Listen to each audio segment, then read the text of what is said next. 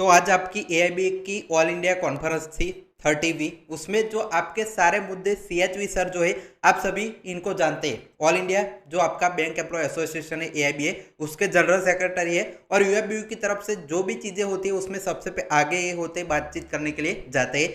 तो इनकी तरफ से 2 घंटे का एक बड़ा स्पीच दिया गया है जिसमें बैंक एम्प्लॉयज रिटायर्स के और बाकी सारे जो बैंक प्राइवेट भी है कॉरपोरेट जो आपके कोऑपरेटिव बैंक भी है उन सभी के जो मुद्दे हैं उस पर डिस्कशन इन्होंने 2 घंटे में किया है। उसकी पूरी समरी इस वीडियो में चलिए डिटेल में मैं आपको बताता हूँ जो आप सभी बैंक एम्प्लॉयज रिटायर्स के मेन मुद्दे हैं उस पर इन्होंने क्या कहा।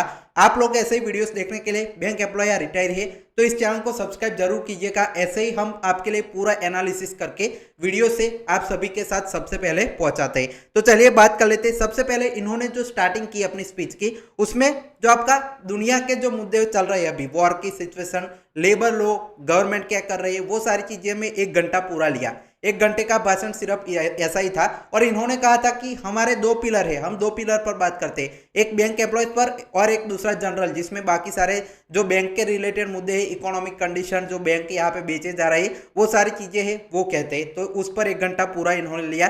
फिर जो आपकी बैंक एम्प्लॉयज और रिटायर्स की बात करने के लिए इन्होंने सिर्फ 20 से 25 मिनट आपके निकाले जिसमें जो मुद्दे हैं वो रखे। वो कौन से मुद्दे हैं उस पर बात कर लेते हैं। तो सबसे पहले देखिए प्राइवेटाइजेशन पर इन्होंने बात की कि आपके जो पब्लिक सेक्टर बैंक है उसको आप प्राइवेटाइज कर रहे हैं, साथ ही में फॉरेनर इन्वेस्टमेंट भी इसमें ला रहे हैं। बाकी जो आईडीबीआई बैंक की भी इन्होंने बातचीत की कि इसमें 94% आपका गवर्नमेंट का हिस्सा है, एलआईसी और गवर्नमेंट का स्टेक, तो ये प्राइवेट बैंक कैसे हुआ। बाकी सारे जो रत्नाकर बैंक है और बाकी सारे बैंकों के बारे में भी बोला कि आप सभी जो प्राइवेटाइजेशन है नेशनलाइज बैंकों का या बाकी बैंकों का वो जल्दी से रोकिए। इस पर सबसे पहले इन्होंने बातचीत की। और ये प्राइवेट करते हैं तो आप जो है आम इंसान तो इसको खरीदता नहीं है। जैसे जो आपका विजय माल्या का भी इन्होंने कहा कि ऐसे लोग कॉर्पोरेट लोग खरीदेंगे और वो लोग भाग जाएंगे, जैसे आपका वो लंदन में चले गए हैं। ये सारी चीज यहाँ पे की।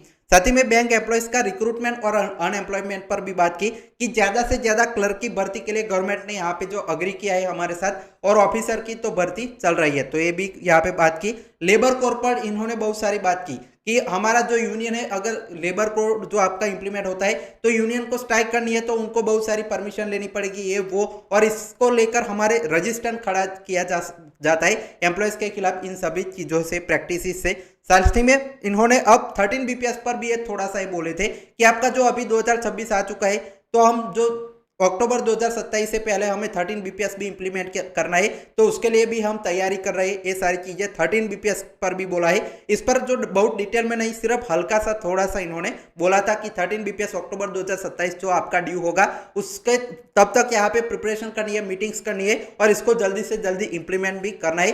12 बीपीएस आपका 2024 में हुआ था। अब देखिए इसी से 12 बीपीएस के बारे में पहले बताते हैं कि 12 बीपीएस एक बहुत बड़ी सक्सेस रही हमारी और 12 बीपीएस से कुछ यहाँ पे इशू से वो पेंडिंग रह गई। उसमें आपके सारे जो 5 days banking bank pension operation उस पर भी बोला है, वो बातचीत आगे करते। लेकिन एक और इन्होंने इंपॉर्टेंट मुद्दा उठाया था कि आपका जो नेशनलाइजेशन हुआ है बैंकों का 1967 में, जो आपके पब्लिक सेक्टर बैंक बने पहले प्राइवेटाइज ही थे सभी, तो वो हमारा सबसे जो एआईबीआई है उनका मेजर कंट्रीब्यूशन उसमें रहा है। ये भी चीज इन्होंने बोली थी। अब चलिए आ जाते हैं जो आपके मुद्दे हैं उस पर क्या क्या बोला। तो 5 डेज बैंकिंग पर इन्होंने बोला कि मैं जहां भी जाता हूं तो मुझे सब लोग पूछते हैं कि 5 डेज बैंकिंग का क्या हुआ।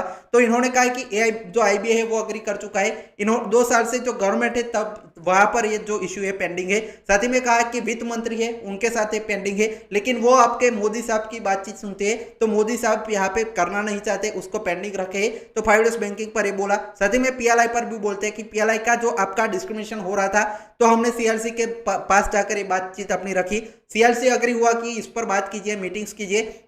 जो आपके अप टू स्केल 3 है उनकी जो पीएलआई थोड़ी बढ़ाई जाए और जो आपकी इंडिविजुअल जो स्केल 3 से अबोव के लोग हैं उनकी थोड़ी सी घटाई जाए, कोई यहाँ पे बीच का सॉल्यूशन निकाला जाए। लेकिन गवर्नमेंट नहीं चाहिए, गवर्नमेंट ने अलग से इसको इंप्लीमेंट कर दिया, तो ये भी बहुत बड़ा मुद्दा है। और इन सभी मुद्दों को अचीव करने के लिए हम जो है ऑल इंडिया स्ट्राइक बार बार करेंगे, ऐसा इन्होंने कहा कि हम अपनी स्ट्राइक से इस जो मुद्दे हैं उसको टैकल करेंगे। तो ये बड़ी बात रखी। अब इसमें पेंशन से जुड़ा भी एक मुद्दा रखा तो देखिए बैंक पेंशनर्स के लिए सबसे पहले बोलते हैं कि 2010 से पहले जो रिटायर्स है उनको अलग से मिला है और 2010 से बाद को नए जो ज्वाइनिंग हुए उनको नेशनल पेंशन स्कीम एनपीएस मिला। उनको जो डीएल लिंक ओपीएस मिलने की मांग हम रखते हैं। ऐसा ही कहते हैं कि हम जो रिटायर्स हो रहे उनको ओपीएस और वो भी डीएल लिंक है वो प्रोवाइड किया जाए। साथ ही में जो पेंशन इंप्रूवमेंट की भी बात करते हैं, इसमें जो आपका एक और चीज बोलते हैं कि आपका एक्सग्रेशिया भी हमने दिया।